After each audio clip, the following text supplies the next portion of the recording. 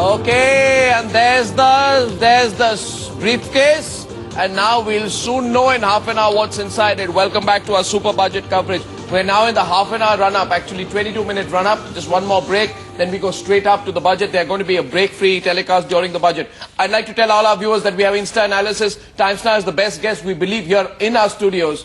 The combined, analysis of Omkar Goswami, Sanjeev Sanyal, Meghnad Desai, Rajiv Kumar is going to put our viewers ahead. They'll be putting in small bits of Insta Analysis. So if you're looking at the markets, you're looking at the budget. Navika. Navika and I... We reserve our comments. We'd like to take opinions of our panelists. The problem with both Navika and me is that we often forget that we are the anchors of the program. We start participating in the program. Today we will exercise a great amount of discipline, Navika. And we let them take the flag for it and the responsibility for it as well. Welcome to Kiran Mazumdar Shaw. Good morning.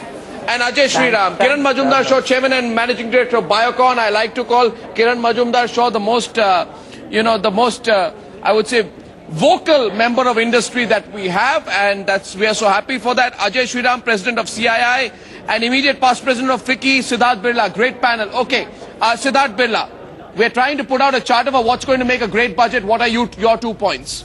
What do you think is going to make this a super budget? Good morning, Arnab. Super budget really means we want to hear his articulation of how we are going to have less government in our lives, both as citizens and as business, how the government spend will be brought down within their overall fiscal constraints, and how investment will be increased. That is one. And number 2, I think he has to lay out a platform because the going ahead, as the economic survey called it, we have to be creatively incremental in our implementation. That's right. So I'm looking at a good mix of 80% executive decisions going forward and 20% legislative action. So I think the budget has to focus much more on executive actions going forward, and that's what I would like to hear. But 80% executive action, 20% legislative decision making, I hope that's not a reflection of your government's faith in its ability to get legislation through in Parliament, which anyway looks pretty bad of late. Kiran Mazumdar Shaw and Ajay Sriram, same question to both of you. What would you be marking the success of this budget on? To either of you or both of you, please. So, I'd like to basically say that I think this budget has to focus on investment and jobs. And I think all measures that can actually, really get good growth through investment. We need to see massive investment going into infrastructure, manufacturing, and R&D. And I think in terms of job creation, I think we really need to focus on incentivizing entrepreneurs, incentivizing startups.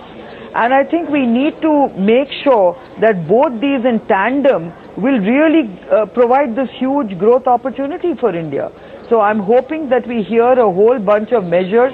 I think every panelist must have talked about the various fiscal incentives, the various tax, possibilities. But, I'm really hoping that the Make in India, Innovate in India, Start in India and Build India will really get the true weightage.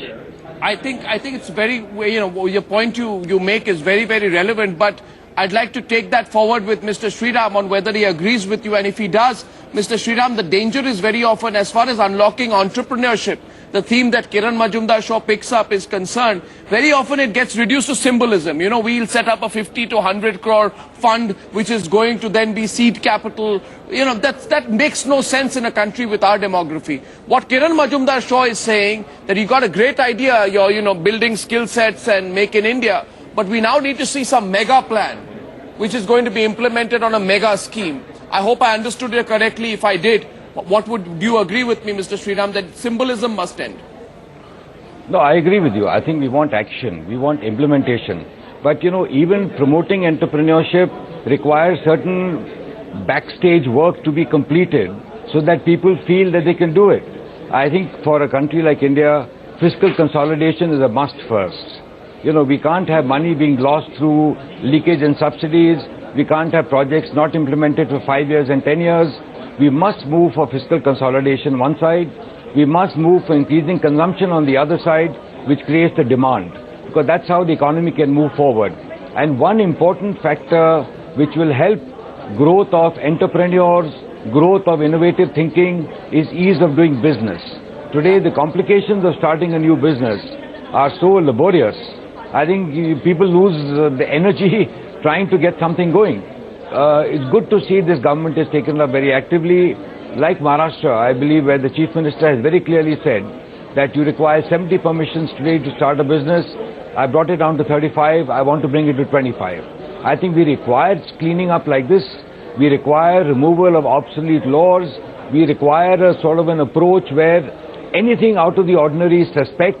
I think we have to move in a much more transparent, open way and give people the freedom to experiment, to fail. If they need to shut down an enterprise if they fail, that must be provided. That's the only way innovation can move ahead.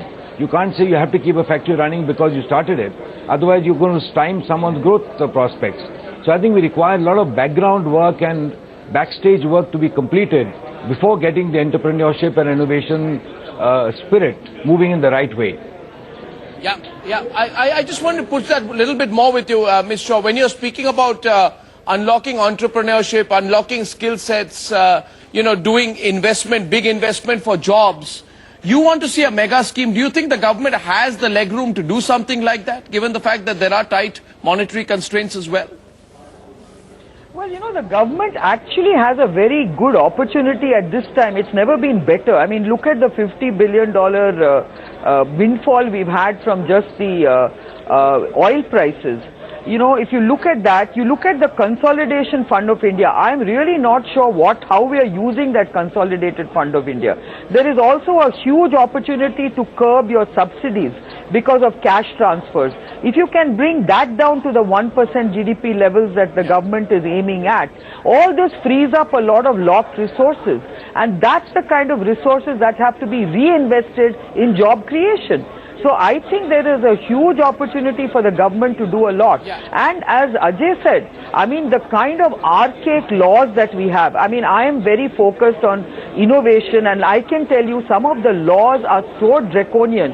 Like, for example, I am battling today with trying to get an R&D center within a hospital recognized by the DST. And they are saying, no, it has to be a separate building. What is this mindset? That's what a lot of people are saying, Ms. Shaw, if I may say so. And that's what a lot of people are saying. The intention is good. But when it comes to people who are putting capital on the ground into projects which actually assist the government, Mr. Sriram, a lot of people are saying that effectively on the ground the procedure has not been simplified. But can you do that in a budget, Mr. Sriram? Can you really address that in a budget? Okay, Well, it's an indication, it's an approach which can come out very clearly. What gives us a lot of confidence is when the Prime Minister said, for every one new law we bring in, 10 old ones must be removed. I think that is something which needs to be focused on in every ministry. And secondly, we can really revisit and see, do we require all these ministries? I think let's see how we can simplify work. And please, my suggestion is move on the basis of trust. You will have black sheep everywhere. That's all over the world. Whenever you have someone as a black sheep, take strict action. There's no two ways. But don't paint everyone with the same brush and bring laws which then become retrograde, which actually stymie creativity, stymie the interest, and then become a pain to really start activity. So I think we have to rechange the focus, how we want to run the business. And I think this government has got its act right. They are pushing hard for economic growth. So I think it's a great direction. I think both. If I may say so, we have a lot of legacy issues which we must now get rid of. Because we cannot keep on focused on these, tinkering with archaic laws. They simply have to be removed. I agree with you. But, Ms. Shaw, there's a little impatience there in your voice. I can sense it there. And also because you've been asking for this for the longest time. And as I said, I introduced you as one of the most vocal members of industry. You've been vocal about it for the longest time. I'll take a break, but after that, I'm going to come back with a roundup. But before I take the break, my last question to Siddharth Birla. We put pressure on the government. Opposition puts pressure on the government. Media puts pressure on the government.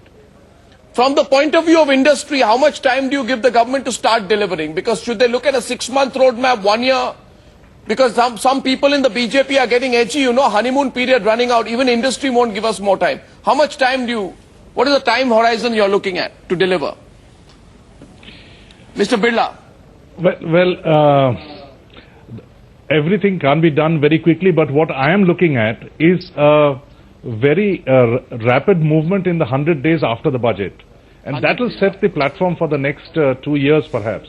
But I think we need to demonstrate decisions, policies and improvements in the next 100 days.